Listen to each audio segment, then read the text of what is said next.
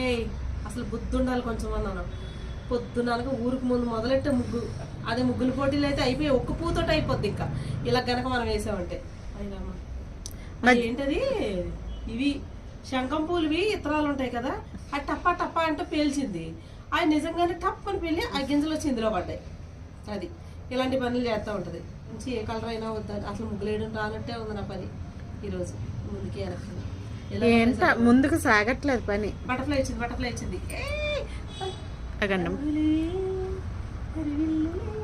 మేము ముగ్గేస్తుంటే చేతకు ఒక చిలుక వచ్చింది. ఆడుకో, దాంతో ఆడుకో, బాగా ఆడుకో. ఏదో పిలిచినట్టు పని వచ్చింది కదా. మా ముగ్గు చూసి వచ్చావా చిట్టి తల్లి, చిట్టి తల్లి? ఎక్కడ వాలాలి అనేది అర్థం కావట్లేదు దానికి కదా. ఈ బటర్ఫ్లైస్ కాదు,